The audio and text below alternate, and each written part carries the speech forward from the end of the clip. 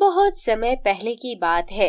एक लड़का जिसका नाम राजेश था, वह स्टडीज मुकम्मल करने के बाद अब वह अमेरिका में जॉब करता था, परंतु उसके माता पिता मुंबई में रहा करते थे और वह राजेश को बहुत कम देख पाते थे। लेकिन राजेश अब वहाँ पे एक कंपनी में जॉब किया करता था। उसके लिए अपने घर आना अब मुमकिन नहीं था। वह जल्दी अपने घर नहीं आ सकता था। फिर कुछ समय बीत जाता है और राजेश जिस कंपनी में जॉब किया करता था, वहाँ पर उसे एक महिला दीपिका नाम की पसंद आ जाती है।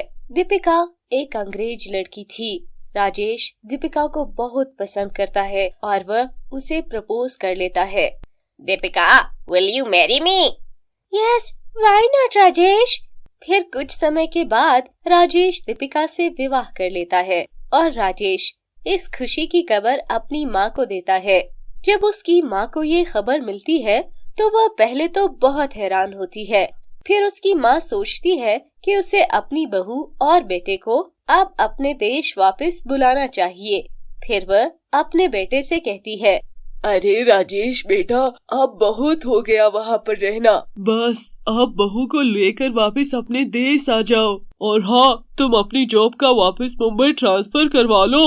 फिर इस बीच कुछ समय बीत जाता है और कुछ समय के बाद राजेश ट्रांसफर के लिए अप्लाई कर लेता है और उसे कुछ समय बाद कंपनी की तरफ से ट्रांसफर लेटर मिल जाता है और फिर उसे इसी तरह वापस मुंबई आने का टिकट भी मिल जाता है। वह और उसकी पत्नी दीपिका दोनों मुंबई के लिए रवाना हो जाते हैं और कुछ ही देर में वह दोनों मुंबई वापस पहुंच जाते हैं। राजेश की माँ बहुत खुश होती है क्योंकि आज उसका बेटा विदेश से वापस आ रहा होता है। उसने पूरे घर को सजाया होता है। फिर जब वो दोनों मुंबई पहुंच जाते हैं तो राजेश की माँ उन दोनों का धूमधाम से वेलकम करती है और उन दोनों के लिए अच्छे अच्छे खाने बनाती है। अरे मेरा राजेश बेटा, आओ बेटा, और बहू तुम भी आओ, घर में कदम रखो। फिर राजेश की माँ अपनी बहू दीपिका का सफेद चमकता चेहरा मानो जैसे अंग्रेज की औलाद हो देखकर बहुत ज्यादा हैरान हो जाती है। वाह, कितनी खूबसूरत बहू है मेरी, नजर न लग जाए। उसके बाद सब रात के खाने के लिए खाने की टेबल पर मिलते हैं। दीपिका को नॉनवेज खाना बिल्कुल पसंद नहीं था, लेकिन राजेश की माँ ने अपने बेटे के प्यार में अच्छे अच्छे नॉनवेज वाले खाने बनाए होते हैं।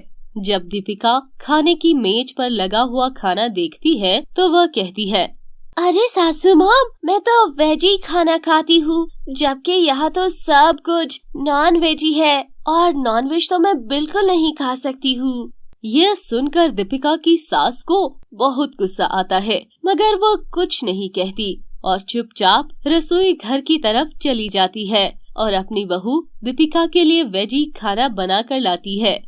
फिर अगली सुबह रस्म और रिवाज के मुताबिक दीपिका को देखने मोहल्ले की कुछ औरतें आती है।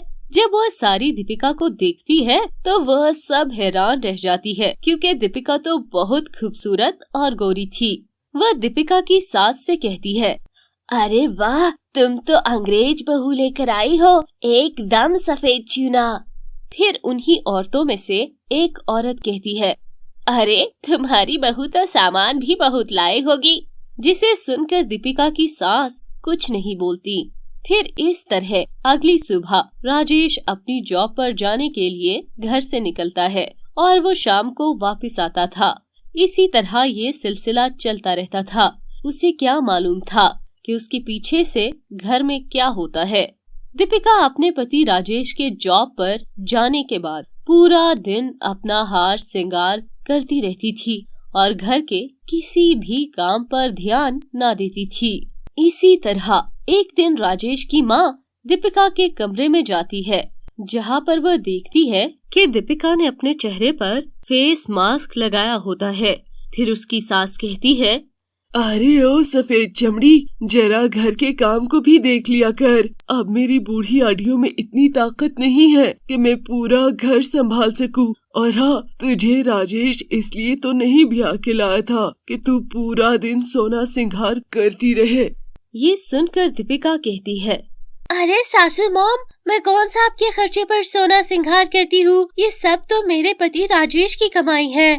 फिर दीपिका की सास कहती है, अरे मैं कौन सा तुझे कह रही हूँ कि तू ये सब छोड़ दे।